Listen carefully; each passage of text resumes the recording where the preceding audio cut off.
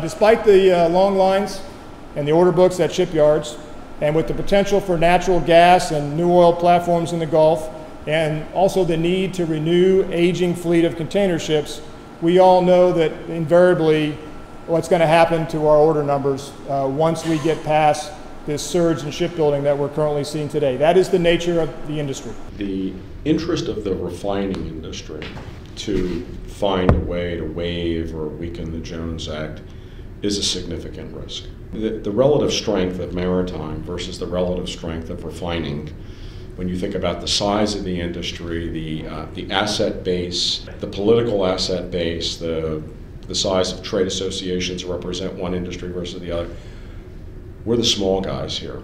They got a lot more muscle than we have.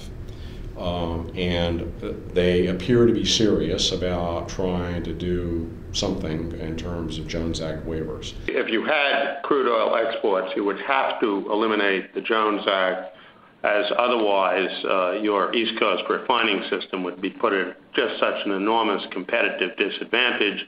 You can move crude from the Gulf Coast area to Europe probably for marginally under $2 a barrel, and then you can move the products back to the U.S. East Coast for marginally over $2 a barrel.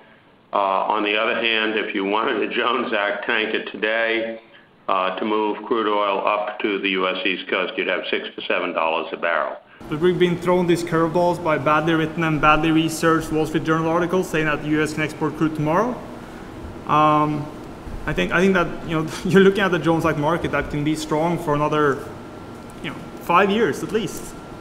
The Jones Act market is booming still. Period. Prior to 2011, crude by barge was virtually non-existent. Shale plays have rewritten traditional routes and the way operators view these ever-changing and expanding cargoes. As an example, bigger tows now are originating out of Wood River, Illinois, which is about 30 minutes outside of St. Louis, that move 9 30,000 barrels with one push boat, roughly 250,000 barrels of capacity. Larger coastwise equipment is moving Bakken from Albany, New York, down the Hudson River to the East Coast refineries. And operators with both inland and coastal operations are becoming more vertically integrated and gaining market share from the traditional inland operators, and I expect this trend to continue. Overall, the Alaska containerized freight market is characterized by well-balanced supply and demand.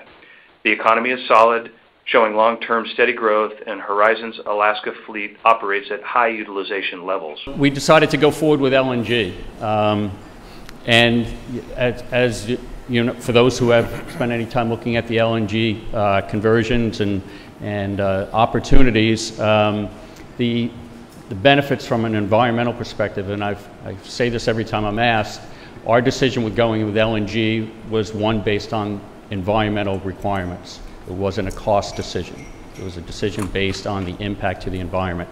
Any benefits that we might get from the cost will, in the end, will be great to have, but I don't know what the cost of LNG is going to be X number of years down the road. I do know what the impacts are going to be on the environment, so that's where our decision was made.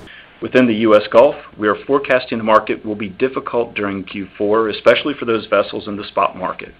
While we forecast that there will be an additional 3 floating rigs entering the area before year end, and we further believe that 5 more will enter in the first part of 2015, it's difficult to tell whether these rigs will be incremental to the existing Gulf of Mexico rig fleet or replacement rigs.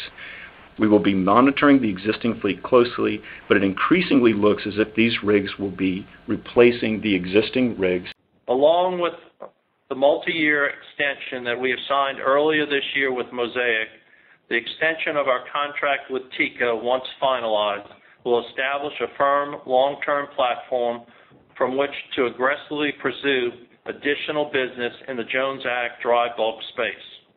We continue to identify opportunities in the current market, and we believe that our position as the largest provider of Jones Act dry bulk tonnage puts us in a favorable position to compete for additional business.